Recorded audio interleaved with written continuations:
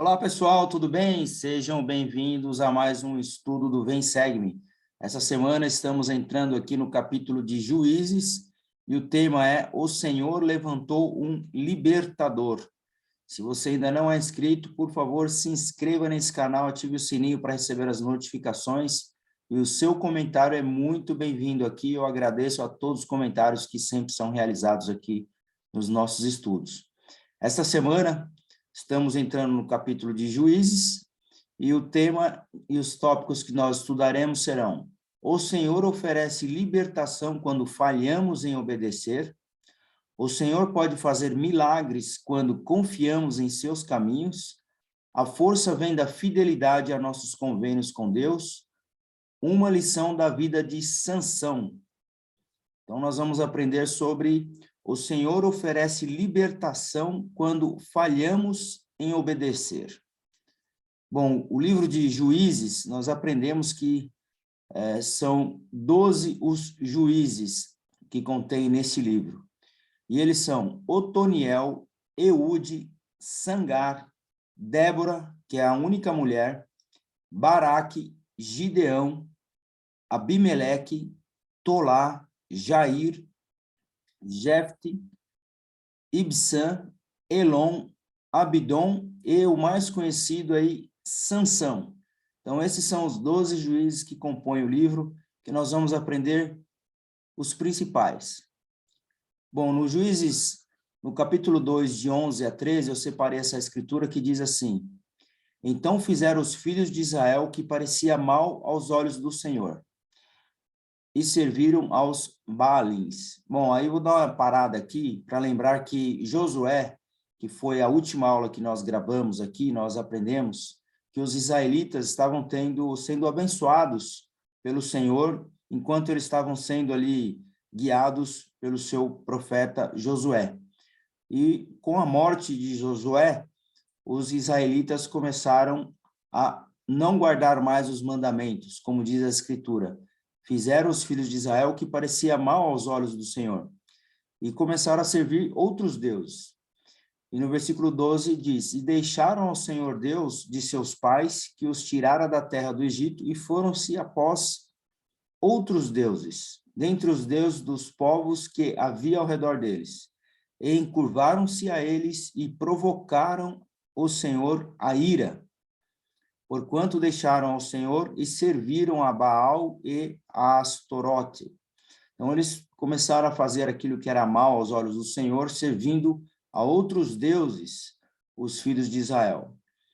Pelo que a ira do Senhor se acendeu contra Israel e os deu na mão dos espoliadores, que os despojaram e os entregou nas mãos dos seus inimigos ao redor, e não puderam mais estar em pé diante dos seus inimigos.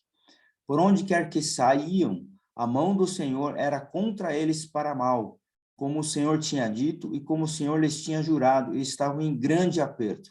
Então, ou seja, a mão do Senhor não estava mais com eles pelo fato de eles não estarem mais guardando os seus mandamentos. No versículo 16 diz assim: e levantou o Senhor juízes que os livraram da mão dos que os despojavam. Então, o Senhor, para poder guiar e cuidar do seu povo, ele levantou juízes para que esses juízes pudessem governar esse povo de Israel, para que eles não deixassem de guardar os mandamentos, para que fizessem as coisas conforme a vontade do Senhor. Então, o Senhor ele levantou juízes para governar os israelitas. Porém, tampouco deram ouvido aos juízes. Antes se prostituíram após outros deuses e encurvaram-se a eles. Depressa se desviaram do caminho por onde andaram seus pais em obediência aos mandamentos do Senhor, o que eles assim não fizeram. Então, eles deixaram de obedecer os pais, deixaram de obedecer os mandamentos de Deus e deixaram de seguir aquele caminho que os pais haviam ensinado a eles. E quando o Senhor lhes levantava juízes, o Senhor era com o juiz, e os livrava da mão dos seus inimigos todos os dias daquele juiz, porquanto o Senhor se compadecia pelo gemido deles, por causa do que os dos que os oprimiam e afligiam. Então, o Senhor estava sempre levantando juízes para livrar eles das mãos dos inimigos. Então, o Senhor estava sempre preocupado em poder ajudar o seu povo, e para isso que os juízes estavam governando. Mas olha só o que acontecia no versículo 19. Porém, sucedia que, falecendo o juiz, retornavam e se corrompiam mais do que seus pais, andando após outros deuses, servindo-os e encurvando-se a eles. Não abandonavam nenhuma de suas práticas, nem o seu obstinado caminho. Então, o que a gente percebe é que existia um ciclo dos israelitas. Como é mostrado nessa imagem, eles obedeciam até a morte do juiz. Então, enquanto existia um juiz que o Senhor colocou para governar o povo, para que se mantivesse guardando os mandamentos de Deus, eles iam lá e guardavam os mandamentos obedecendo. Só que quando esse juiz morria, eles voltavam a cometer pecado, caíam em iniquidade, não guardavam os mandamentos de Deus, e era um povo que só pensava em transgressão e iniquidades. Depois desse processo, o que vinha? As adversidades e as tribulações. Eles passavam por tribulações, desafios, adversidades. E depois que eles passavam por tudo isso, o próximo passo era o arrependimento. Então, eles viram que cometiam erro, se arrependiam, pediam perdão ao Senhor, e o Senhor ia lá e levantava um libertador para o povo, levantava mais um juiz.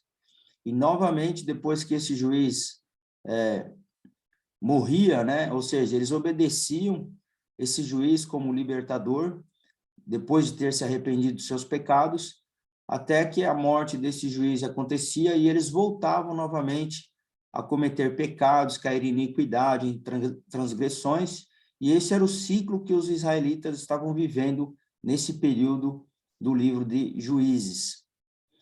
No versículo 5, 6 e 7 do capítulo 3, diz assim: habitando, pois, os filhos de Israel no meio dos cananeus, dos heteus, amorreus, perizeus, heveus e jebuseus, tomaram de suas filhas para si por mulheres, e deram aos filhos deles as suas filhas e serviram a seus deuses.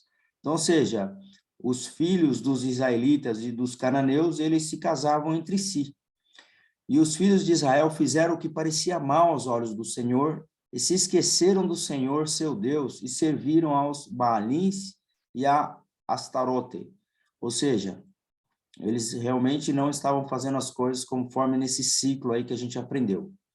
Então a terra sossegou 40 anos, e Otiniel, filho de Kenaz, faleceu. Porém, os filhos de Israel tornaram a fazer o que parecia mal aos olhos do Senhor, então o Senhor fortaleceu Eglon, rei dos Moabitas, contra Israel, porquanto fizeram o que parecia mal aos olhos do Senhor. Então é aquele ciclo que a gente vê a Escritura mencionando aqui mais uma vez sobre o juiz que era levantado para poder salvar o povo, mas o povo não guardava os mandamentos e principalmente após a morte de um juiz. Um desses juízes foi Débora. Então, Débora, ela foi uma líder, uma governante que inspirou os filhos de Israel a seguir o Senhor.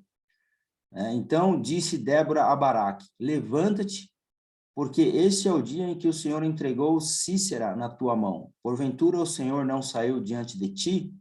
Baraque, pois, desceu do monte Tabor, e 10.000 homens após ele. Então, ela foi uma líder que ajudou a fortalecer os filhos de Israel a guardar os mandamentos. Porém, o que acontecia? E os filhos de Israel tornaram a fazer o que era mal aos olhos do Senhor, e o Senhor os entregou nas mãos dos filisteus por 40 anos. Então, o povo de Israel, eles estavam sofrendo nas mãos dos filisteus, pelo fato de não estarem guardando os mandamentos, e o Senhor, sempre misericordioso, enviando governadores, que seriam esses juízes, para poder liderar esse povo. Mas, infelizmente, eles não estavam cumprindo com os mandamentos. O Senhor pode fazer milagres quando confiamos em seus caminhos. Um desses juízes foi Gideão, como eu disse, e a Escritura diz assim: então o anjo do Senhor veio e assentou-se debaixo do carvalho que está em Ofra, que pertencia a Joás, Abiezrita, e Gideão, seu filho, estava malhando o trigo no lagar para salvar dos midianitas. Então, Gideão ele foi levantado pelo Senhor para salvar os israelitas dos midianitas. Então, o anjo do Senhor lhe apareceu e lhe disse: o Senhor é contigo, homem valoroso. Mas Gideão lhe respondeu: ai, Senhor meu, se o Senhor é conosco, por que tudo isto nos sobreveio? E que é feito de todas as suas maravilhas que nossos pais nos contaram, dizendo: não nos fez o Senhor subir do Egito? Porém agora o Senhor nos desamparou e nos deu na mão dos midianitas. Então ele estava preocupado porque o povo havia caído aí na mão dos midianitas e o Senhor enviou Gideão para que salvasse os israelitas dos midianitas. Aí o Senhor responde assim: então o Senhor olhou para ele e disse: vai nessa tua força e livrarás Israel da mão dos midianitas. Porventura, não te enviei eu? Então o Senhor falou assim, ó, vai lá, faz aquilo que eu estou falando, que vai dar tudo certo. O Senhor estava com ele, para que ele pudesse salvar os israelitas da mão dos midianitas. Esse era o objetivo de Gideão. E ele lhe disse: ai, Senhor meu, com que livrarei Israel? Eis que minha família é mais pobre em Manassés, e eu o menor na casa de meu pai. E o Senhor lhe disse: porquanto eu hei de ser contigo, tu ferirás os midianitas como se fossem um só homem. Então o Senhor está falando assim para ele: meu amigo, não precisa confiar na sua própria força. Eu estou com você. Então, quando o Senhor é conosco, nós podemos sobrepujar qualquer problema ou desafio na nossa frente. E era o que estava acontecendo com Gideão. Ele tinha um enorme desafio na sua frente, que era combater os midianitas, e o Senhor falou assim para ele, ó, fica tranquilo que eu estou com você. E isso deve ser aplicado sempre na nossa vida. E assim foram abatidos os midianitas diante dos filhos de Israel. E nunca mais levantaram a sua cabeça, e sossegou a terra 40 anos nos dias de Gideão. Lembrando que Gideão ele fez isso de combater o exército, o povo, né, dos midianitas, com apenas 300 homens, E uma das estratégias que o Senhor utilizou para que os midianitas fossem destruídos, é que eles começaram a lutar entre si, os próprios midianitas matando os midianitas. Essa foi uma das estratégias que o Senhor utilizou quando ele confundiu ali os midianitas enquanto eles lutavam, e eles começaram a se combater a si próprios. E para finalizar a história de Gideão, no versículo 30 e 33, diz assim: e teve Gideão 70 filhos que procederam dos seus lombos, porque tinha muitas mulheres. E sucedeu que, quando Gideão faleceu, os filhos de Israel se voltaram, se prostituíram após os Baalins, e puseram barberite por Deus. Ou seja, o povo novamente se prostituía, cometiam seus pecados, suas iniquidades e adoravam outros deuses, com a morte de Gideão, e assim foi sucessivamente com todos os juízes.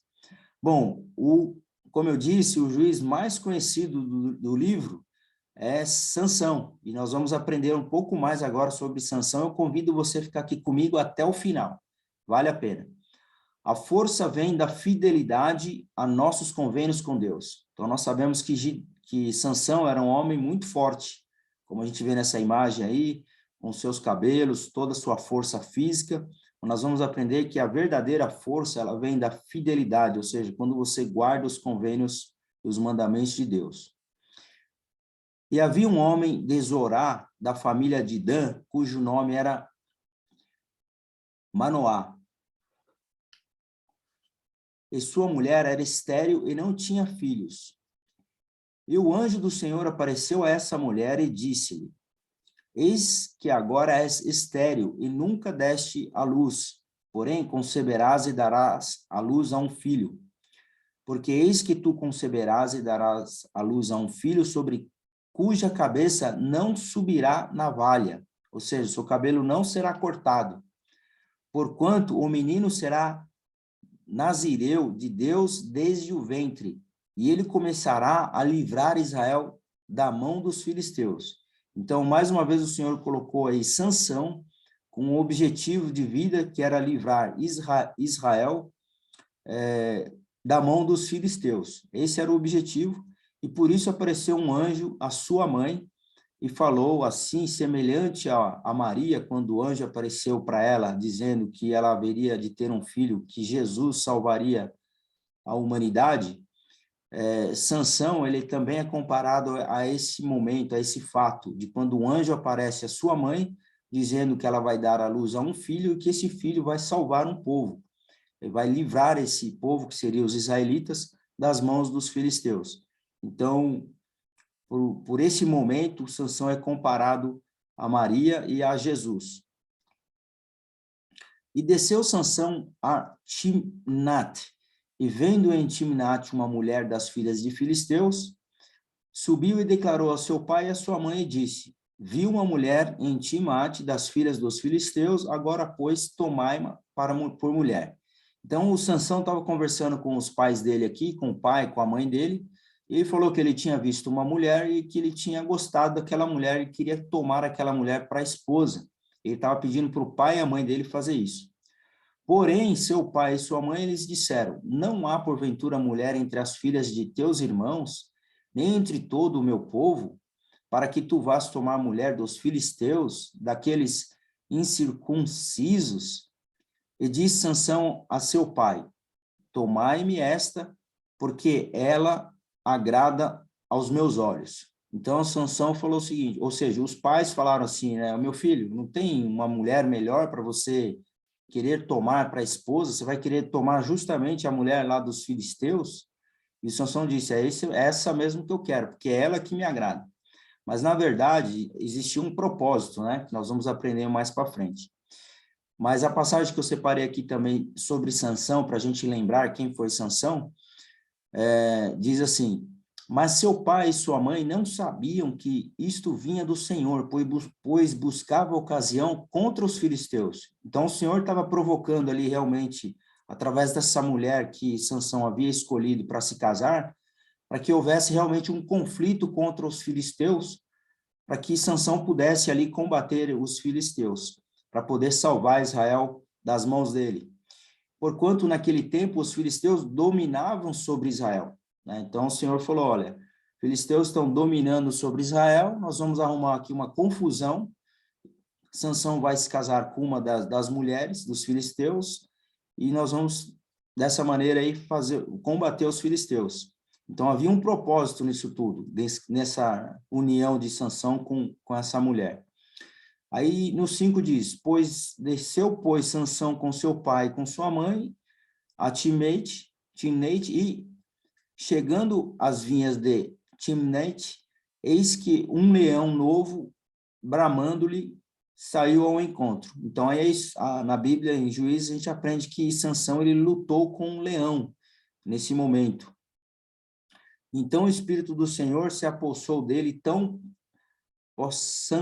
possantemente que Sansão ofendeu de alto a baixo, como quem fende um cabrito, sem ter nada na sua mão, porém nem a seu pai, nem a sua mãe deu a saber o que tinha feito. E desceu e falou àquela mulher, e ela agradou aos olhos de Sansão. Então ele foi lá, lutou com o leão, matou o leão, e a mulher se encantou com Sansão.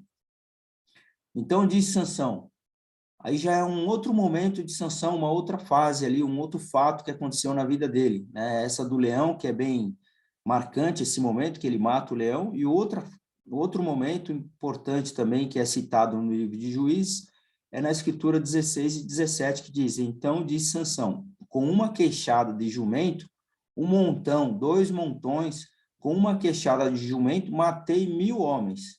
E aconteceu que, acabando ele de falar, lançou a queixada da sua mão e chamou aquele lugar Ramat-Leí. Então, Sansão, ele realmente estava fazendo ali, matando ali muitas pessoas, né, com essa queixada de jumento, mais de 1000 aí ele matou.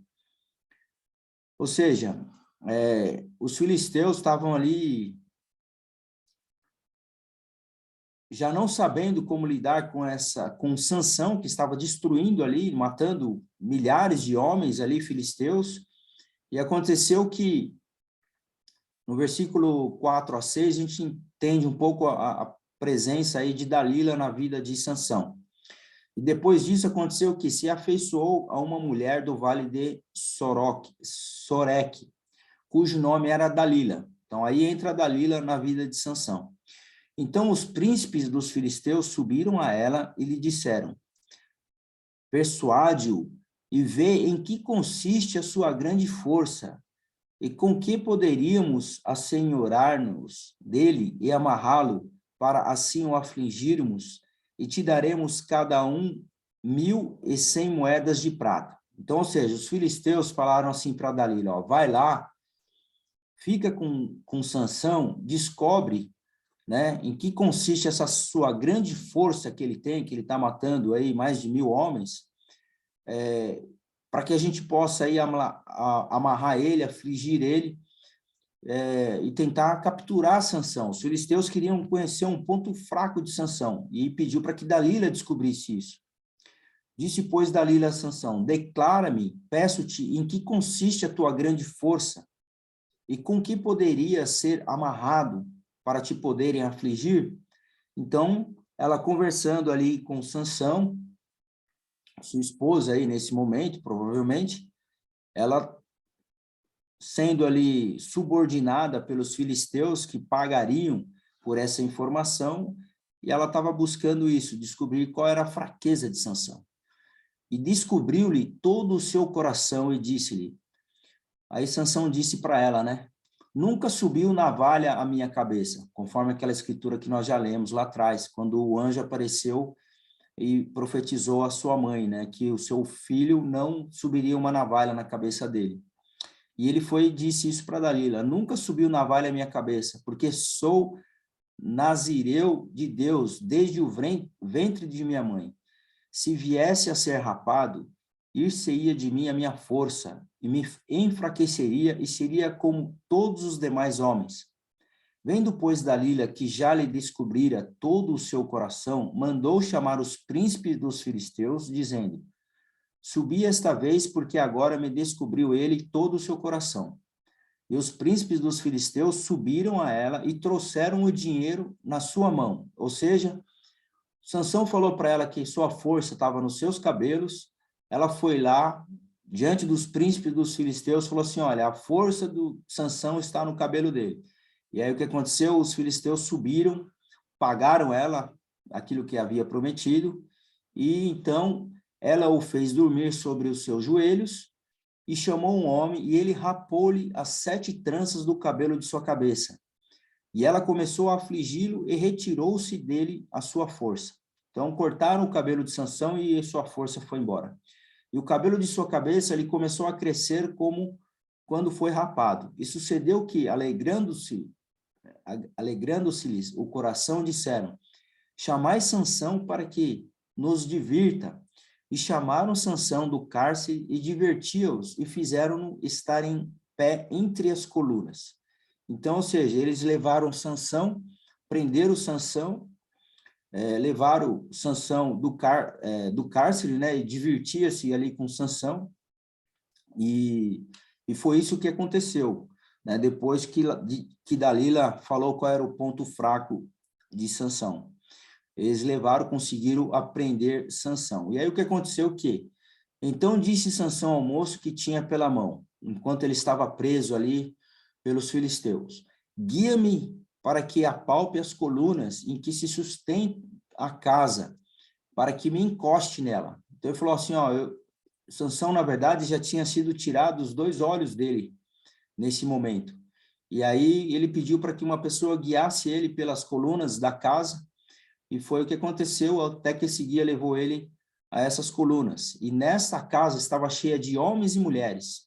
E também ali estavam todos os príncipes dos filisteus, e sobre o telhado havia uns 3.000 homens e mulheres que estavam vendo Sansão diverti-los. Então, eles estavam ali dando risada, gargalhada, se divertindo com a prisão de Sansão, até que ele foi guiado, porque ele já não estava mais enxergando, ele foi guiado por essa casa, até as colunas que ele havia solicitado. Então Sansão clamou ao Senhor e disse: Senhor Deus, peço-te que te lembres de mim e fortalece-me agora só essa vez, ó Deus, para que de uma vez me vingue dos filisteus pelos meus 2 olhos.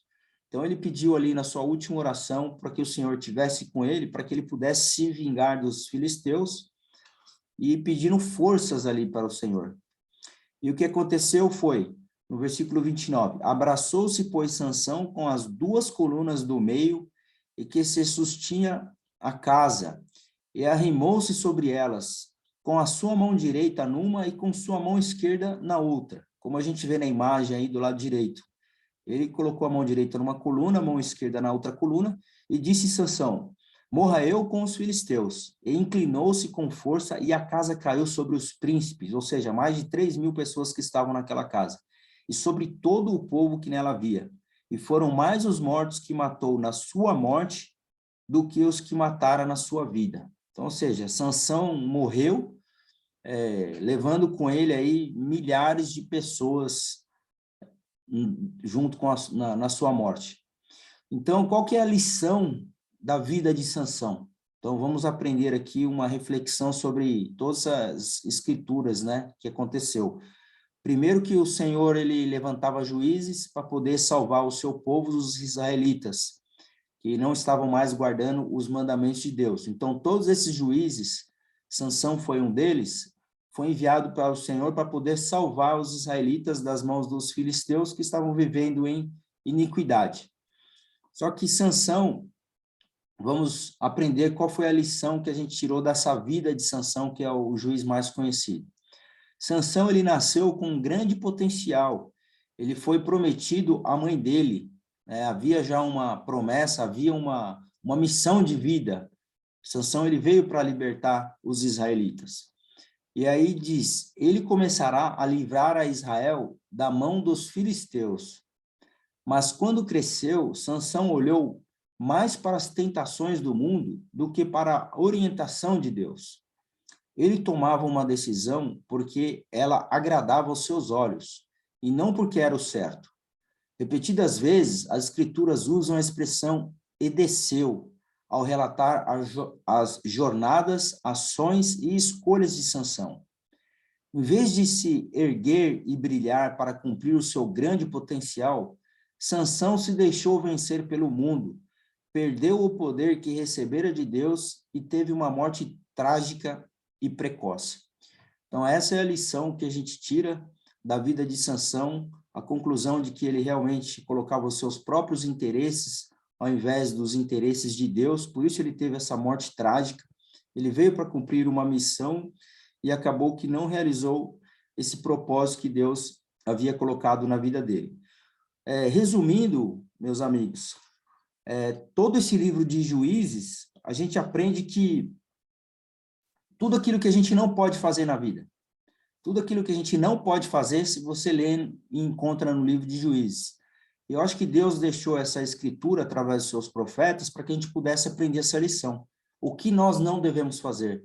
Porque todas as coisas que nós não devemos fazer, nós vamos sofrer tribulações, adversidades na nossa vida se nós não guardarmos os mandamentos.